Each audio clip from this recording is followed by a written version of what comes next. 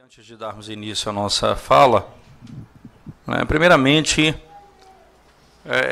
eu vou usar aqui as palavras do Dr. Daniel Hyde no livro dele, que nós apresentamos há pouco tempo, que é o Berçário do Espírito Santo.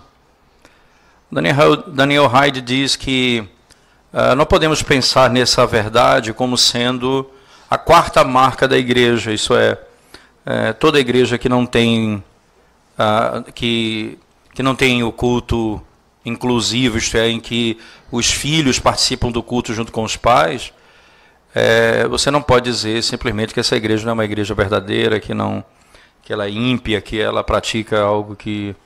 Então nós temos que ter o cuidado para não criarmos aqui uma marca na igreja, que todo aquele que vá pensar que discorde ou que não pratique exatamente assim, por outras razões e muitas outras razões, você vai tratar essa igreja como sendo uma igreja que não é uma igreja verdadeira. Então, mas sem dúvida alguma, não praticar isso, você não está buscando o bem da igreja, o bem-estar da igreja. Essa não é uma doutrina da essência da igreja, mas é uma doutrina do bem-estar da igreja. Então, quando nós não praticamos isso, certamente a igreja vai passar por grande sofrimento e muitas dificuldades em médio e longo prazo. Certo? Muitas dificuldades, sem dúvida alguma. Então, quando esse tema vem à tona, a primeira coisa nós vamos ter que nos desarmar. Nós vamos aqui fazer uma guerra e nós vamos estabelecer aqui um princípio que quem não passou dessa linha é crente, quem não passou não é crente, certo? Então, não é esse o nosso entendimento, nem é isso que nós queremos passar essa impressão para a igreja, nem para os que estão presentes aqui. Mas sim, é verdade que o fato de não termos os nossos filhos cultuando conosco, isso não é... Você não está zelando pelo bem-estar da igreja do Senhor. Você não entendeu a doutrina do pacto. Você não entendeu o que significa o batismo do seu filho. Você não entendeu o que significa ele ser edificado e aprender com o batismo das outras crianças que ele pode ver. Como ele pode se beneficiar do batismo, não só do seu batismo, como dos outros que são batizados. E quando você vê o batismo, você mesmo pode pensar e refletir sobre o batismo que foi dado a você, que você recebeu, e que você passou por ele. Então, sem dúvida alguma, ausentar-se do culto é você impedir que o seu filho e que a sua casa tenha a plena compreensão da doutrina do pacto, né? O que nós vamos ver nas Escrituras em pouco tempo mostra o zelo do Senhor em ajuntar a família e o nosso desprezo por essa verdade quando nós nos esforçamos para tirar os nossos filhos da comunhão da igreja, isto é, do culto público como deve ser ordenado, como ordenado pelo Senhor. Então, primeiramente, a nossa palestra vai se dividir da seguinte forma, não é? Nós vamos fazer uma recapitulação rápida sobre o que significa o pacto da graça, associado à questão de Abraão, né, um único povo sendo formado. Posteriormente, nós vamos mostrar que esse conceito de um único povo no pacto abraâmico, né, ele vai implicar especificamente no fato de que agora as mesmas ordenanças dadas aos filhos da antiga aliança, ela é dada também aos filhos da nova aliança. Então, o mesmo ajuntamento solene requerido na antiga aliança também é requerido na nova aliança. E nós vamos ver alguns textos no Novo Testamento que vão também nos orientar quanto a isso. Então, primeiro a doutrina do pacto, depois a implicação disso no culto público, em terceiro, algumas implicações e algumas exortações e conselhos práticos, como nós devemos viver e praticar isso na nossa casa, visando o culto público ao Senhor. Quero convidá-los, primeiramente, a abrir a palavra de Deus, irmãos.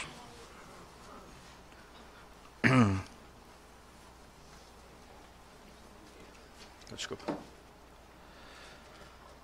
Palavra de Deus no livro de Êxodo, por favor.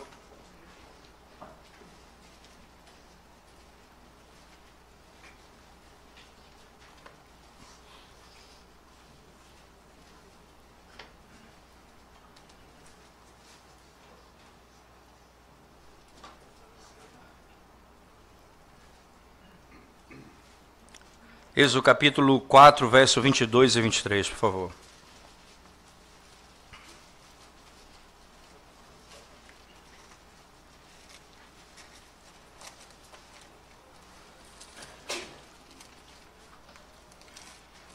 Diz assim a palavra de Deus, Êxodo 4, verso 22 e 23. Dirás a Faraó, assim diz o Senhor, Israel é meu filho, meu primogênito.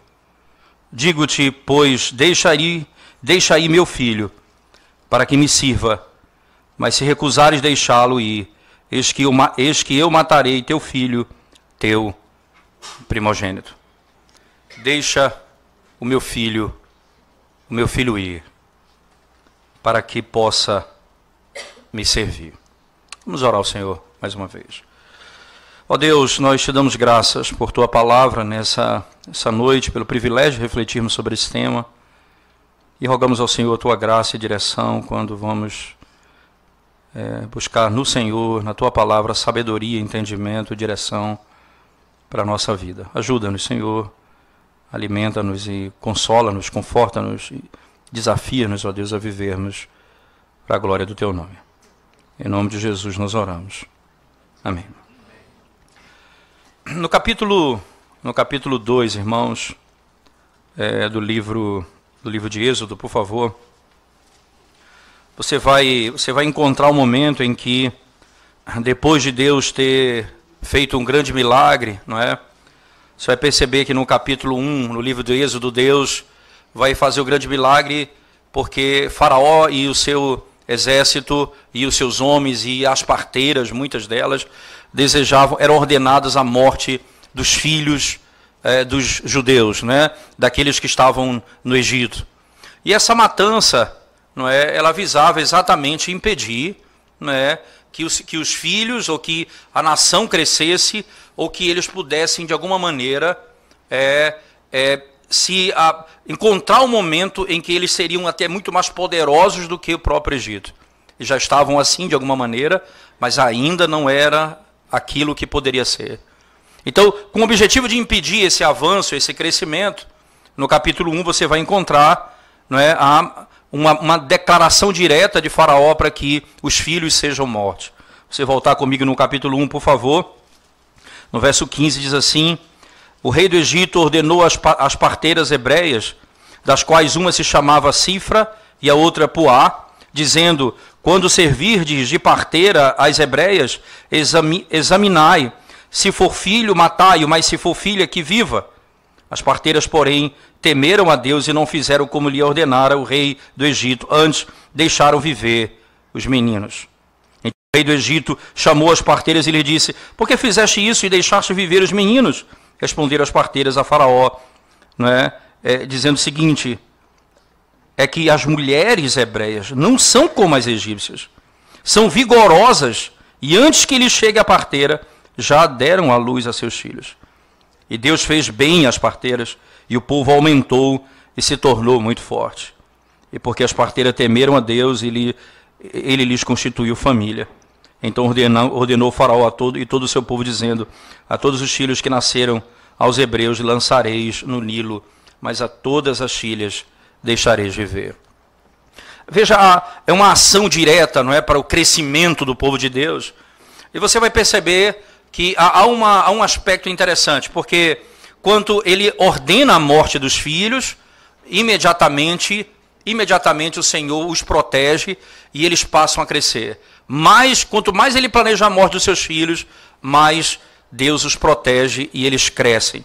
Acontece que agora ele muda a estratégia. Não é mais para matar simplesmente no nascimento, agora é para pegar os meninos e lançar no Nilo. O que é que acontece, por favor, capítulo 2, depois da segunda ordem: foi-se um homem da casa de Levi e casou com uma descendente de Levi, e a mulher concebeu de à luz um filho, e vendo que era formoso, escondeu-o por 3 meses. Não podendo, porém, escondê-lo por mais tempo, tomou um cesto de junco, calafetou-o com betume e piche, e pondo nele o menino, largou-o no carriçal à beira do rio. A irmã do menino ficou de longe para observar o que lhe havia de suceder. Desceu a filha de Faraó para se banhar no rio, e as suas donzelas passeavam pela beira do rio, vendo ela o cesto no carriçal, enviou a sua criada e o tomou. Abrindo, viu a criança, e eis que o menino chorava. Teve compaixão dele e disse: este é menino dos hebreus. Então disse sua irmã, filha de Faraó: queres que eu vá chamar uma das hebreias que sirva de ama e te crie a criança? Respondeu-lhe a filha de Faraó: vai. Saiu, pois, a moça e chamou a mãe do menino. Então lhe disse a filha de Faraó: leva este menino e cria-mo, pagar-te-ei o teu salário. A mulher tomou o menino e o criou. Sendo o menino já grande, ela o trouxe à filha de Faraó, da qual passou ele a ser filho. Esta lhe chamou Moisés e disse: porque das águas o tirei. Perceba que Faraó, ele tem estratégias variadas para tentar destruir a nação de Israel. E uma delas, a primeira delas é matar a criança no nascimento. A segunda delas é matar a criança já sem mais pensar no nascimento, já de uma determinada idade. Ele pega os homens e lança os homens no Nilo, para que eles não procriem e não tenham mais filhos. Você percebe que quando se fala da formação do povo de Deus, Satanás tem estratégias muito interessantes para impedir o crescimento do povo de Deus, o avanço do povo de Deus. E é intrigante pensar nisso, pelo fato de que acontece algo muito parecido no Novo Testamento também. Quando a igreja do Novo Testamento é instituída, veja, eu estou falando da igreja da Antiga Aliança aqui em Êxodo, mas a igreja do Novo Testamento ela é instituída, você vai encontrar a mesma ação de Satanás tentando destruir a igreja. Então, são várias ações. E o que é intrigante em Atos é uma declaração. E Deus os fazia crescer. E eles cresciam, e eles cresciam, e eles cresciam. E é o que acontece aqui no livro de Êxodo. Quanto mais ele partia para matá-los, mais eles cresciam, mais eles cresciam, mais eles cresciam. Que estratégia é essa de Faraó de destruir as crianças? Por que é importante para ele destruir as crianças? Não é? Qual é o grande ponto de Faraó aqui em querer matar os filhos? Primeiro, para que não se multiplique. Ora, se multiplique naquilo que eles aprendem, naquilo que eles ouvem, naquilo que eles são ensinados, e eles vão dar continuidade a um princípio, a um conceito que os seus pais lhes ensinaram. O que nós vamos fazer? Nós vamos matá-los. Acontece que no capítulo 3, perceba, irmãos, no capítulo 3 do livro de Êxodo, nós temos um momento especial em que Deus chama a Moisés. Aquele homem, aquela criança que foi salva milagrosamente da morte, agora é o libertador do Egito. O que é que acontece? O Senhor fala com ele, e por meio do seu discurso, não é, o Senhor lhe fala acerca de um pacto. Por favor, no capítulo 3, verso 13 em diante, diz assim: disse mais Moisés a Deus: eis que quando eu vier aos filhos de Israel, ele disser: o Deus de vossos pais me enviou a vós outros, e eles me perguntarem: qual é o seu nome? Que lhes direi? Disse Deus a Moisés: eu sou Deus, eu sou o que sou. Disse mais: assim dirás aos filhos de Israel: eu sou, me enviou a vós outros. Disse Deus ainda mais a Moisés: assim dirás aos filhos de Israel: o Senhor, o Deus de vossos pais, o Deus de Abraão, o Deus de Isaque e o Deus de Jacó, me enviou a vós outros. Este é o meu nome eternamente, e assim serei lembrado de geração em geração. Perceba que quando o que Deus vai fazer agora em libertar o povo do cativeiro, ele traz à memória o pacto que ele fez com Abraão, Isaque e Jacó. Aquele pacto que disse que faria dele uma grande nação, e que eles seriam como as estrelas dos céus, e que Deus iria também abençoar todas as famílias da terra em Abraão. Esse pacto está estabelecido aqui. Então, Moisés ouve da boca do próprio Deus: eu sou o Deus de Abraão, Isaque e Jacó, o Deus que fez aliança com os pais. Pense que o que está sendo trazido à memória é uma aliança de que Deus multiplicaria os seus. Veja como Deus cumpre a sua promessa. Mesmo quando o Faraó e ordena as próprias enfermeiras: matem os filhos. Deus guarda a sua promessa, operando no coração daquelas parteiras. no coração da própria filha de Faraó, que reconhece que ele era um hebreu e não o mata. E ainda dá um salário para a mãe cuidar dele. O que faz aquilo que é impossível, como ele se revela o Deus Todo-Poderoso. Mas entenda que a lembrança, então, remonta a um pacto em que Deus estabeleceu com Abraão, no capítulo 15 e no capítulo 17. Tem um teólogo chamado Stuart Robinson, acho que o Dr. Piper, no capítulo 17 de Gênesis, trabalhou um pouco sobre isso. Eu não quero passar por cima dessa informação, melhor falar em cima daquilo que já foi falado, mas só lembrando, o Robinson é um teólogo que vai dizer exatamente isso. Ele diz que o pacto de Deus com Abraão, no capítulo 17 de Gênesis, é um pacto eclesiástico, onde ele mostra como que Deus ali estabelece a sua igreja, e como que ele separa um povo para si, como funciona. Ele separa um povo, especificamente, e esse povo vai ser pelo nascimento, isto é, eles vão crescer, as suas esposas vão gerar filhos, ou vão vir de fora, que são os escravos de fora. Todos eles serão circuncidados. Tanto o que foi comprado, como o que nasceu em casa, todos esses recebem um sinal, um selo. Eles são membros do povo de Deus. Para que eles se tornem membros desse povo, eles recebem então um sinal. Não basta simplesmente nascer, é necessário receber o sinal. Esse sinal externo aponta para essa realidade de que Deus está formando um povo. Quando Deus chama Moisés agora, ele está formando, cumprindo a promessa de formar esse povo e que esse povo cresça. Ele traz Moisés para libertar o povo, com base no pacto que ele fez com Abraão. Para que fique claro que apesar do pacto que vai ser feito com Moisés, não é um outro pacto, é o mesmo pacto, administrado agora de forma diferente. Aquele povo que foi chamado por Deus em Abraão, eclesiasticamente um padrão para toda a história do Antigo Testamento e do Novo Testamento, agora Deus chama Moisés, que vai dar as regras de culto, de adoração e de convivência. Esse povo não apenas vai viver junto, debaixo de um pacto, mas vai andar de acordo com a palavra de Deus. Depois ele chama Davi e ele diz que esse povo terá um rei que vai governá-lo. O pacto com Davi, no segundo livro de Samuel, no capítulo 7, citado no Salmo 89, verso 3, em diante, ele mostra categoricamente que ali Deus está administrando o mesmo pacto de forma diferente no passado do tempo. Um povo que vai ser como a estrela do céu, que vai crescer naturalmente, isto é, as mulheres vão gerar filhos e outras vão vir de fora. Então as mães e os estrangeiros, as mães e os gentios que chegarão a Deus. Dessa maneira, então, entenda que a partir daí, Deus estabelece um princípio fundamental para esse povo que Deus separou para si. Esse povo que foi prometido, que teve um pacto que estabelece o princípio dele em Gênesis 17.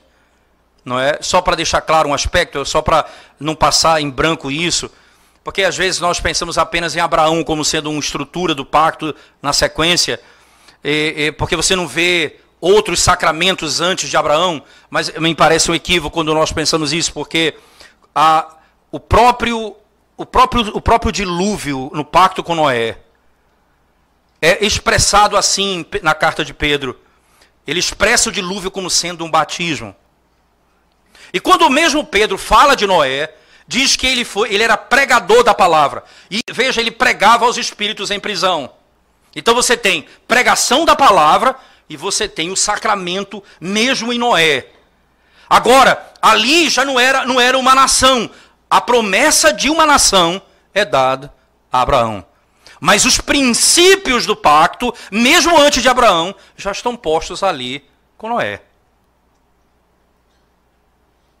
O que é que Noé fazia se não pregar a palavra dizendo: Deus daqui a 100 anos vai destruir o mundo com águas de dilúvio? E só há um meio de salvação se você entrar na arca comigo. Não é assim que nós pregamos o Evangelho? Se você não crê no Senhor Jesus, você vai para o inferno. Se você crê nele, você está livre da condenação. Eles não creram na mensagem de Noé e foram mortos. Todos aqueles que não creem no Evangelho serão também condenados. Nesse sentido, agora expresso no sentido de uma promessa pública de um povo, Deus chama Abraão e passa então a estabelecer esse conceito. Uma nação que vai crescer por meio de nascimento dos filhos e por meio daqueles que são escravos comprados. No verso 3 do capítulo 12 de Gênesis, 1, 12 e 3, ele vai dizer que em todas as famílias da terra seriam benditas no nome dele. Está posto que Deus iria salvar as nações já no pacto feito com Abraão. Óbvio que, pensando nisso, não é, você vai para a sequência comigo, para o texto que nós acabamos de ler. Veja que, entenda que como a preocupação de Faraó com as crianças não termina aí. No capítulo 4 ela continua. Capítulo 4, verso 22 e 23, que nós acabamos de ler. Veja o que exatamente Moisés diz. Não é? No capítulo 4, verso 22 e 23, ele diz assim: digo-te, pois, deixa aí meu filho para que me sirva. Mas se recusares deixá-lo ir, eis que eu matarei teu filho, teu primogênito. Estando Moisés no caminho, numa estalagem, encontrou o Senhor e o quis matar. Desculpa, o 23, eu pulei para o 24. O 23. Digo depois, deixa aí meu filho, para que me sirva, mas se recusares deixá-lo ir, eis que eu matarei teu filho, teu primogênito. Deus diz, Israel é o meu filho, o meu primogênito. Deixa o meu filho ir.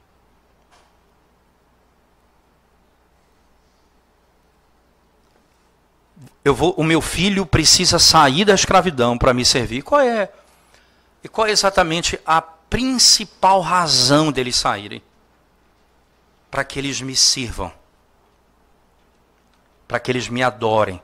Veja, você pode pensar, não é, nas muitas outras funções que nós temos na vida. Trabalho, família, criação de filhos, são coisas extraordinárias. Todas elas ordenadas pelo Senhor. Mas o que Deus marca como princípio da libertação é: deixe o meu povo ir para que me sirva, para que me adore. Acompanhe comigo ainda no capítulo 5, verso 1. Depois foram Moisés e Arão e disseram a Faraó: assim diz o Senhor Deus de Israel, deixa aí meu povo para que me celebre uma festa no deserto. Deixa ir o meu povo para que no deserto celebre uma festa. Capítulo 7 do livro de Êxodo, por favor, verso 16. E lhe dirás: o Senhor, o Deus dos Hebreus, me enviou a ti para te dizer: deixa ir o meu povo para que me sirva no deserto. E até agora não tens ouvido. Repetidamente Moisés afirma o que Deus ordenou: o meu povo vai ser liberto para me adorar. É como se você imaginasse o Salmo 137. Eles pedem que entoemos canções, mas nós não podemos cantar. Nós não nos esqueceremos de Jerusalém. Nós almejamos a cidade santa. Nós desejamos cantar com o povo de Deus por toda a eternidade. O desejo do coração do salmista no cativeiro era ir a Jerusalém. Aqui o Senhor diz: deixa o meu povo ir, para que no deserto eles me adorem. Agora preste atenção no diálogo que vai acontecer entre Faraó e Moisés e Arão. No capítulo 10 do livro de Êxodo. Veja o diálogo como vai proceder. Êxodo 10, verso 7 a 10. Diz assim: então os oficiais de Faraó lhe disseram: até quando nos será por cilada este homem? Deixa aí os homens para que sirvam ao Senhor seu Deus. Acaso não sabes ainda que o Egito está arruinado? Então Moisés e Arão foram conduzidos à presença de Faraó, e este lhes disse: ide, servi ao Senhor, vosso Deus. Porém, quais são os que hão de ir? Que coisa interessante. Quem vai contigo? A preocupação de Faraó com as crianças não terminou. Ele quis matá-los, quis afogá-los, agora não quer que eles venham a Cristo. Não os impeçais. Não os impeçais. Na sequência do texto, veja por favor comigo, no verso, nós estamos lendo o verso 7 especificamente, né? No verso 9 agora. Respondeu-lhe Moisés: havemos de ir com os nossos jovens, com os nossos velhos, com os filhos, com as filhas, com os nossos rebanhos, com os nossos gados. Havemos de ir, porque temos de celebrar a festa ao Senhor. Ninguém ficará. Os nossos filhos não se apartarão de nós. Matthew Henry, comentando esse texto, diz: Satanás, por trás de Faraó, sempre tenta impedir os filhos de cultuar a Deus. Satanás, por meio de Faraó, sempre tenta impedir os filhos de cultuar a Deus. Interessante que todo Israel, Deus disse a Moisés, todo Israel deve ir para o deserto para celebrar a festa ao Senhor, incluindo as crianças, filhos e filhas. Interessante que a palavra hebraica utilizada lá, ela pode significar criança, o infante mesmo. Como Moisés, no capítulo 2, verso 6, a mesma palavra usada para Moisés, naquela idade dele, é a palavra usada aqui para se referir à criança. O infante deve ir adorar. A criança que ainda mama. Um garoto como Ismael, um jovem como José, todos eles deveriam ir adorar o Senhor. E quem são esses? Veja que coisa impressionante, irmãos. Preste atenção. O Senhor usa um termo para descrever todos eles.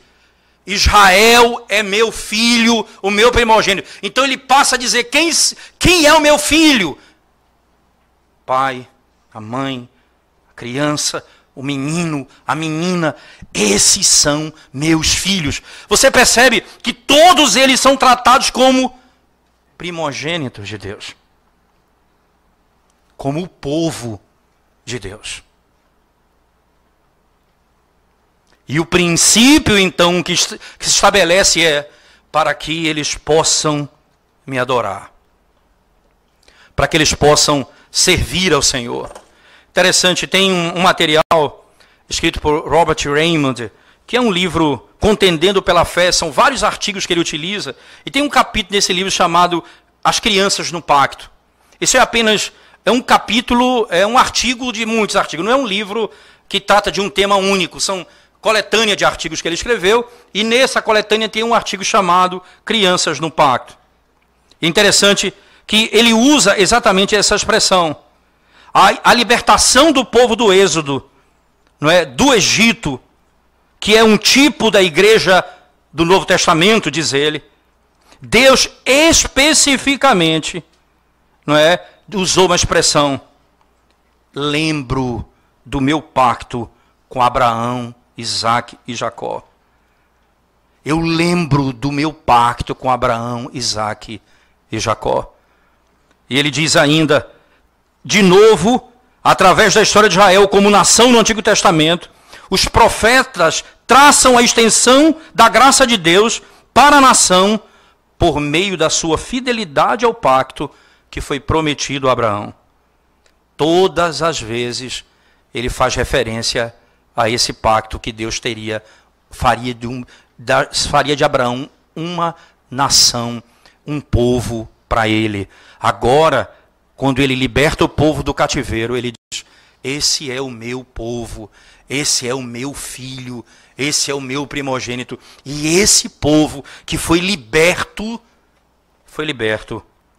para me servir e para adorar ao Senhor.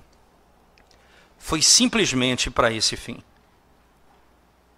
Todos aqueles menores ou maiores, do menor ao maior, eles foram chamados por Deus para adorá-lo. Mas Faraó não vai concordar com ele. Veja o verso 10 do capítulo 10. Replicou-lhe Faraó: seja o Senhor convosco, caso eu vos deixe ir as crianças. Vede, pois, tendes conosco mais intenções. Interessante, nós não podemos entender isso. Vocês não têm boas intenções conosco. A controvérsia entre Moisés e Faraó começa no capítulo 5, verso 2, né? Dizendo que eles poderiam ir, mas não poderiam ir muito longe. No capítulo 8, verso 28, veja lá. No 5:2 começa o diálogo. No 8:28 ele diz: vocês podem ir, mas não vão muito longe, fiquem perto, né? Depois, no capítulo 10, verso 10 e 11, vocês vão, mas não com seus filhos, não é? Vocês vão, mas não com seus filhos. Por que Satanás está preocupado, irmãos, com a história do povo de Deus, impedindo que os seus filhos se reúnam em assembleia para cultuá-lo? Citando ainda Matthew Henry, ele diz: aqui está um inimigo perigoso, um inimigo terrível, que sabe como destruir o interesse do reino de Deus, quando impede que os nossos filhos desejem e pratiquem o serviço mais glorioso que alguém possa praticar nessa vida, que é servir ao Senhor. E a palavra servir aqui, entenda, no sentido de culto, que é cultuar a Deus. Essa consciência, ela pode ser vista, por exemplo, agora, lá no Novo Testamento. Eu queria que você abrisse sua Bíblia comigo na carta de Paulo aos Efésios. Por favor. Capítulo 1. Efésios, capítulo 1.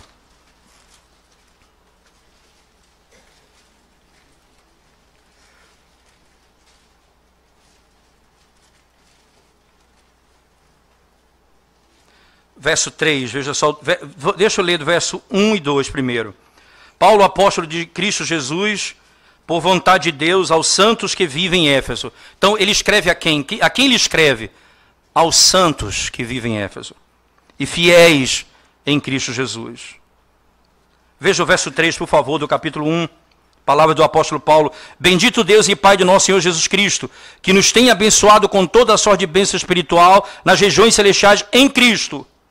Perceba, quem são aqueles que estão em Cristo? Esse é o ponto. Ele nos tem abençoado com toda a sorte de bênçãos espirituais em Cristo. Então, ele escreve primeiramente a quem? Aos santos da igreja. Aos separados da igreja. Capítulo 1, verso 10 ainda. Por favor, acompanhem comigo. De fazer convergir nele, na dispensação da plenitude dos tempos, todas as coisas. Capítulo 1, verso 3, agora verso 10, isso mesmo. De fazer convergir nele, em Cristo, na dispensação da plenitude dos tempos, todas as coisas, tanto as do céu como as da terra. Verso 12. A fim de sermos para louvor da sua glória, nós, os que de antemão esperamos em Cristo.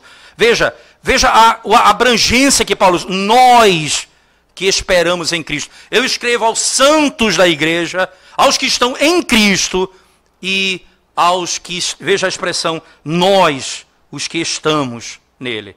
No verso 20 do mesmo capítulo 1, por favor, o qual exerceu ele em Cristo, ressuscitando dentre os mortos e fazendo sentar à sua direita nos lugares celestiais. Capítulo 4, verso 32, por favor, acompanhem comigo.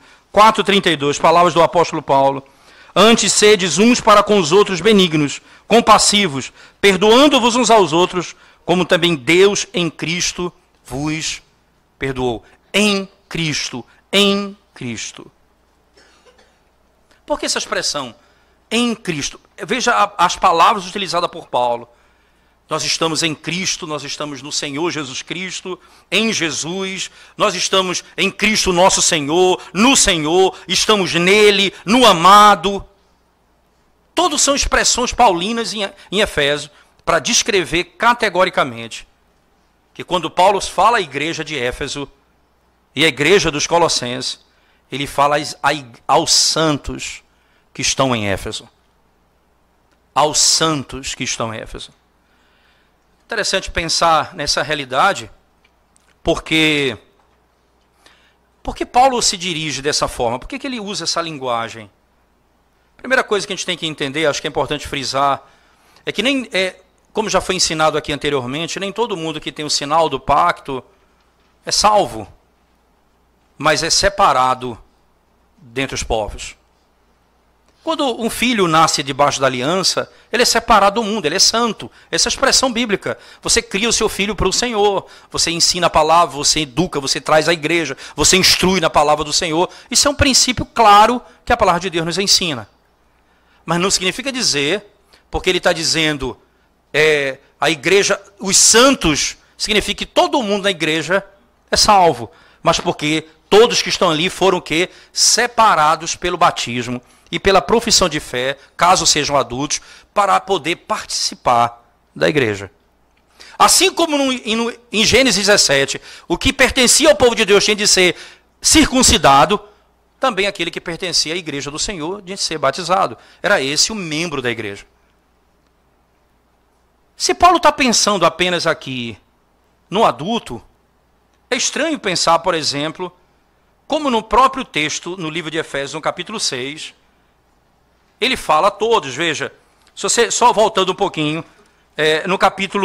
no próprio capítulo 5 da carta de Paulo aos Efésios, por exemplo, capítulo 5 da carta de Paulo aos Efésios, ele vai falar, por exemplo, aos maridos, não é? Ele vai falar às esposas.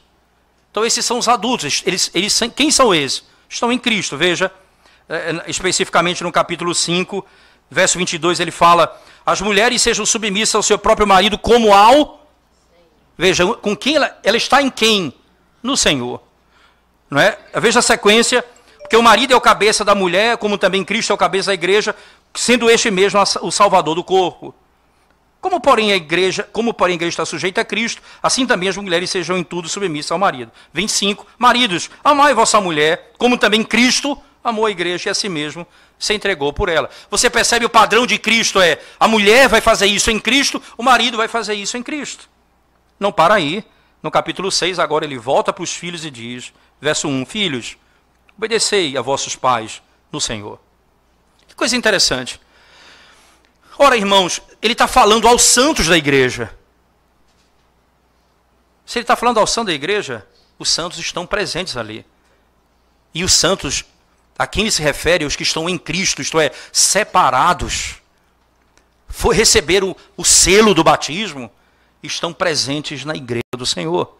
Ora, por favor, no capítulo, voltando em Colossenses, por favor, que é uma carta similar, não é?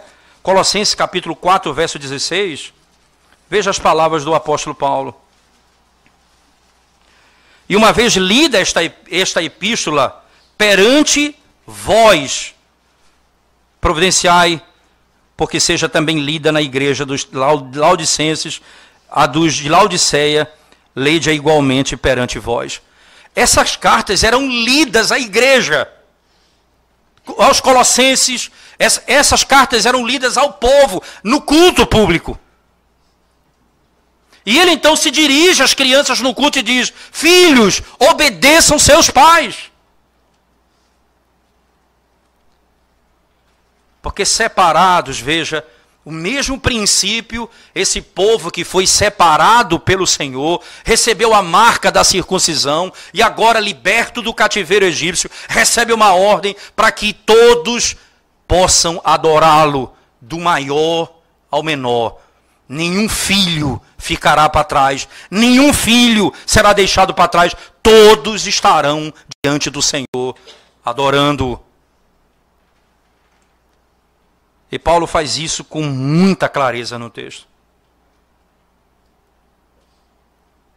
Interessante pensar, irmãos, ainda outro ponto importante em cima disso é o fato de que você tem na estrutura judaica algo que não é comum, o que vai acontecer de modo incomum na Nova Aliança, ou no Novo Testamento, melhor dizendo, quando o Evangelho é espalhado pelo mundo. Na Antiga Aliança não havia possibilidade de um casamento misto. Quando houve, era ordenado a separação e a morte daquele que era ímpio. Era assim na Antiga Aliança, não é? Não havia possibilidade para isso. Então, o filho nascia dentro de uma estrutura, todos debaixo do pacto, não havia mudança nisso. Mas na Nova Aliança acontece algo diferente. Acontece a possibilidade de dois ímpios, Deus salvar o marido e não salvar a mulher. Deus salvar a mulher e não salvar o marido. E os filhos, como funcionam? Então, qual o papel dessa criança na igreja? Como essa criança vai ser tratada na igreja? Essa é uma dúvida interessante para o apóstolo Paulo. Então, Paulo, ele tem uma questão eclesiástica diante dos seus olhos. Como um filho de um único pai, de um único pai crente, isto é, apenas um deles crente, qual é a posição dele na igreja? Ele é santo, ele é batizado, como ele é tratado na igreja? Paulo, com essa questão em mente, ele vai tratar isso na carta aos Coríntios. Abra sua Bíblia comigo. Primeira carta de Paulo aos Coríntios, capítulo 7, verso 14, por favor. Primeira carta de Paulo aos Coríntios, capítulo 7, verso 14.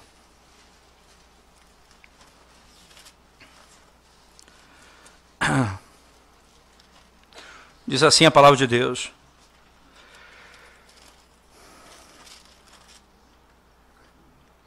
Porque o marido incrédulo é santificado no convívio da esposa, e a esposa incrédula é santificada no convívio do marido crente.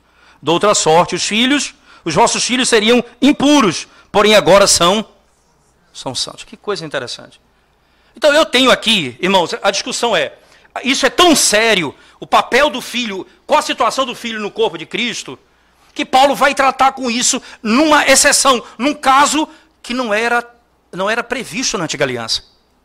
É por isso que Paulo às vezes vai falar assim, digo eu, não o Senhor. Porque o que ele está dizendo, não há uma prescrição direta na Antiga Aliança, mas por princípio, e eu tendo também o Espírito, digo como será na igreja neotestamentária. É essa autoridade paulina, cheio do Espírito Santo e com a autoridade do Senhor. Então ele vai e diz à igreja o seguinte: o marido, o incrédulo é santificado com o crente. De outra sorte, se não fosse assim, seus filhos não seriam santos. Você percebe que o ponto em questão da santificação do incrédulo não é torná-lo crente, nem batizá-lo, mas mostrar que o crente vai fazer o seu filho santo, mesmo casando, mesmo tendo o caso de dois incrédulos, Deus salvando um e não salvando o outro. Os seus filhos estão debaixo do pacto. Estão debaixo da aliança. Eu lembro uma vez, eu conversando com um pastor batista, muito bom por sinal, mas insistente nessa questão, dizendo da impossibilidade dele de aceitar essa tese. E o argumento central dele foi o seguinte: se você vai batizar o seu filho porque ele é santo, então batiza o marido também, que é santificado por relação com a mulher. É interessante o argumento, mas veja a fraqueza do argumento. Primeiro, você entendeu que o ciclo se fecha com o filho, isto é, o que ele está provando ali é, se dois são crentes no Senhor, seus filhos estão debaixo do pacto. Mas se um é e outro não, como é que eu explico isso? Eu explico porque o crente santifica o ímpio e por isso seu filho é santo. Veja, a conclusão é o filho, não é a salvação do incrédulo em questão aqui. Mas em segundo lugar, não posso dar uma ordem para uma criança que é dado para o adulto. A pessoa diz assim, veja, porque para o adulto é dito, você tem de crer e ser batizado. Você não diz isso para o seu filho, com 8 dias de nascido, crer e ser batizado. Por que ele é batizado? Porque ele está debaixo do pacto que Deus fez comigo e com a minha esposa.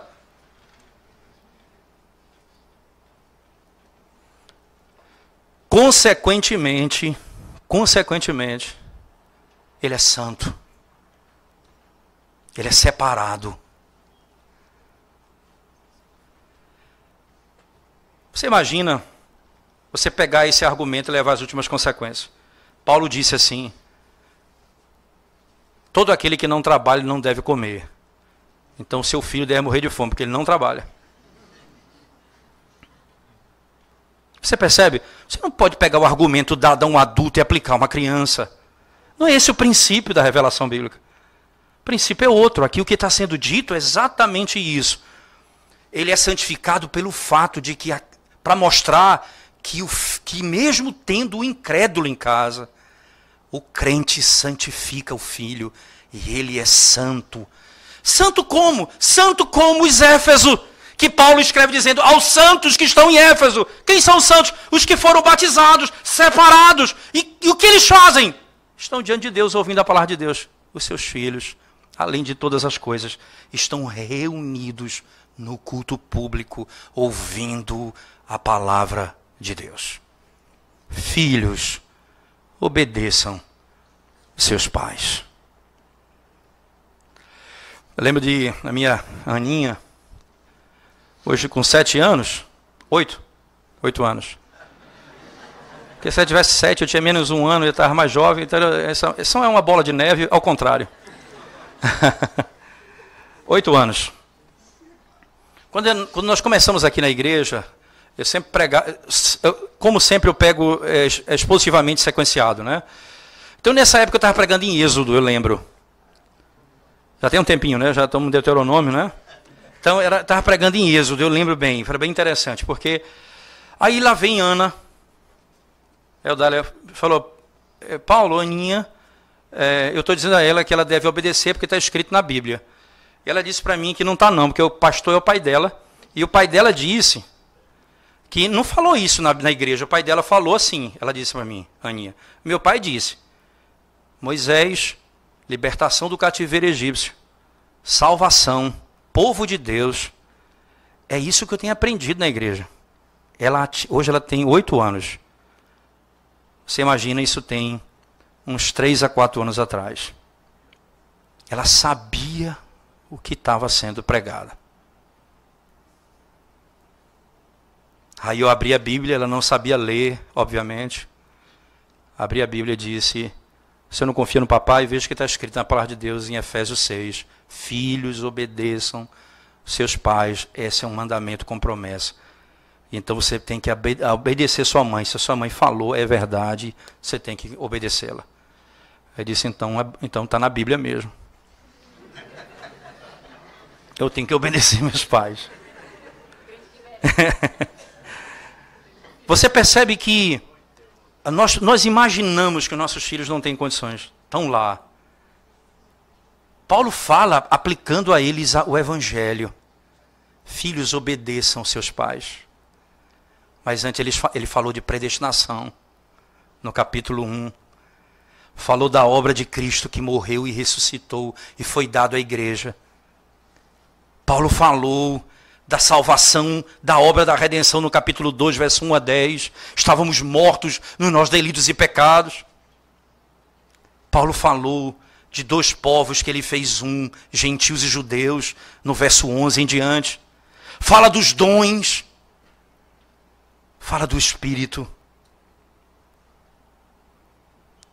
E agora ele fala a cada um.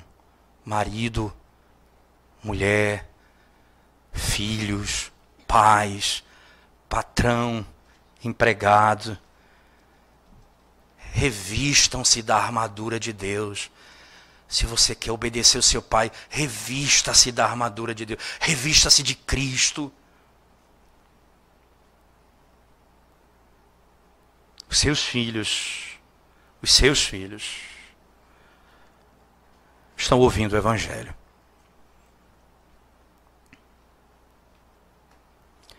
E nós temos impedido, e aqui, irmãos, eu vou ser duro no que eu vou falar, mas eu quero, como Deus é misericordioso, eu quero falar isso com dureza e com misericórdia ao mesmo tempo. Se os seus filhos não estão presentes no culto a Deus, você tem trabalhado como o Faraó trabalhou.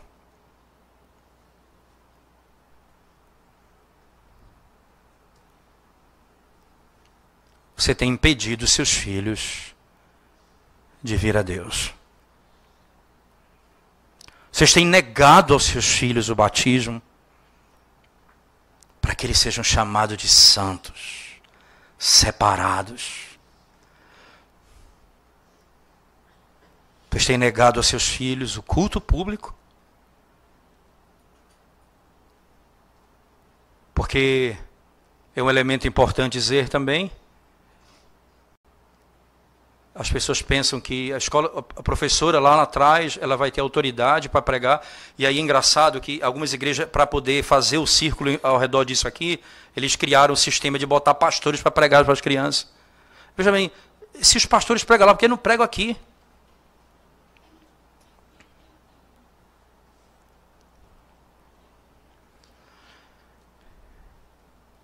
Sabe quem foi autorizado a pregar na igreja, irmãos? Aqueles a quem o presbitério impôs as mãos. Os que foram chamados pelo Senhor para o ministério e tiveram a imposição de mãos do presbitério, autorizando-os a pregar a palavra de Deus aos seus filhos.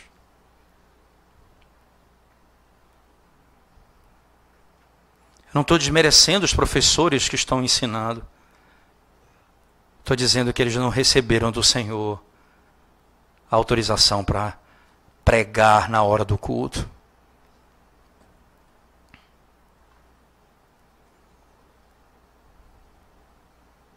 Isso e não vai funcionar, porque lá eles vão ouvir uma história com algumas implicações. Daqui eles vão ouvir: assim diz o Senhor. Esta é a palavra de Deus.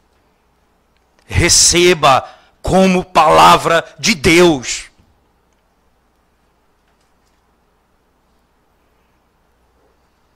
E nós estamos negando isso aos nossos filhos. Certamente, muitas outras questões se levantam, e práticas que podemos discutir aqui, eu quero pontuar algumas. Mas uma delas é reconhecer, e quando você está numa igreja, que um pastor que está numa igreja de muito tempo como pastor dessa igreja, ou ele chega para pastorear essa igreja que já é antiga, melhor dizendo, e tem essa prática de separar as crianças por muito tempo. Então, ele pergunta para mim o que é que eu devo, o que é que o senhor acha que eu devo fazer. O meu conselho é sempre esse. O que você precisa primeiro resgatar nas famílias é o culto doméstico. Você precisa urgentemente, com seus presbíteros, visitar família por família da igreja e dar a eles instruções como fazer o culto doméstico. Para que eles façam todo dia. E os seus filhos, do menor ao maior, 15, 20 minutos sentados. E você diz a eles: nós estamos cultuando, nos preparando para o dia do Senhor, quando nos reuniremos com todas as famílias da igreja para ouvir a palavra de Deus.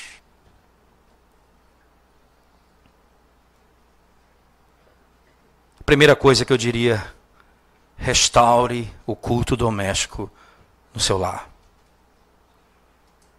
Mas a segunda coisa, você que é presbítero da igreja, isso não é algo que pode ser tratado como algo que você vai dizer: amanhã eu vou resolver isso. É necessário, como líder da igreja, que você tenha estratégia como chegar lá. Não usar o argumento para nunca chegar lá. o argumento para dizer eu estou tentando várias formas, mas nunca chego lá. É necessário que seja o alvo, que o alvo da igreja seja eu e a minha casa serviremos ao Senhor. Sei também que existem realidades complexas na nossa sociedade. Por exemplo, igrejas que... Eu já ouvi isso até de um colega me perguntando uma vez, e hoje um amigo me falou também. Por exemplo, igrejas que estão em bairros onde os pais estão presos, a mãe, o pai está preso, a mãe está no mundo, e os filhos vão para a igreja. E lá, essas crianças que sentaram, então é melhor botá-las numa sala e fazer uma escola dominical com elas. Não! Elas estão mortas, elas estão doentes, elas estão enfermas. E do púlpito tem a cura.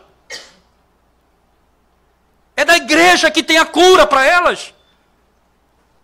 É da palavra de Deus que vem a salvação para a alma delas. E aí isso é que você vai ensinar à igreja. As famílias da igreja, cada um acolhe uma criança dessa e põe do seu lado. E sirva você de exemplo para ele. Ele não tem em casa, mas ele pode ter na igreja. Põe essa criança do seu lado.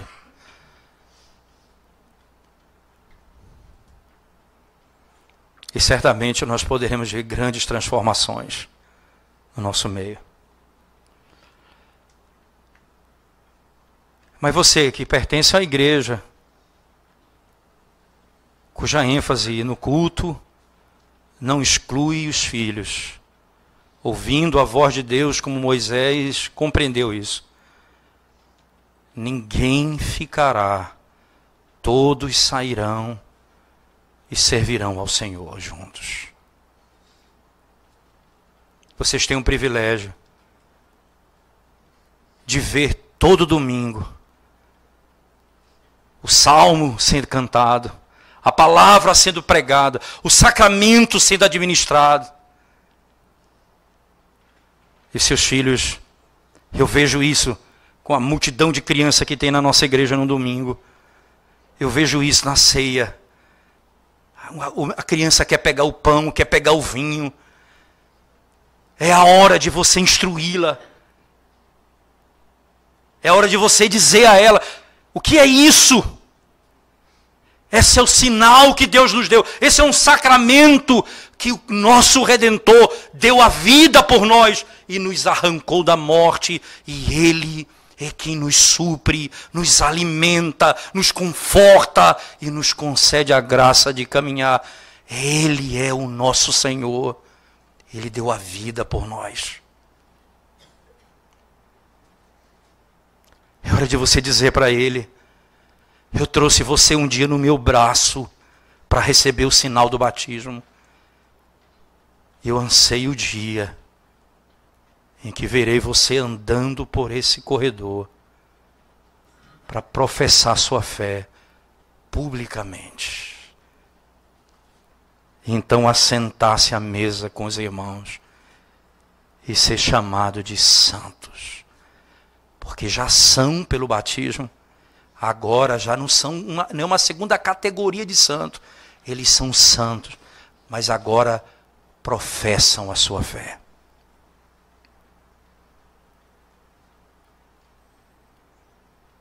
Que privilégio a Igreja do Senhor tem concedido a você, pai e mãe, de ter os seus filhos assentados dominicalmente, manhã e noite, ouvindo a fiel pregação da palavra de Deus. Mas eu falo a você, pastor, principalmente, líder de igreja hoje aqui, reflita sobre essas verdades e tenha certeza que essa é a vontade de Deus. Os argumentos da pedagogia que vão utilizar para você não se comparam com a glória do Deus que é poderoso para fazer com que um faraó e um exército não seja suficiente para matar uma criança, porque Deus é quem cuida delas.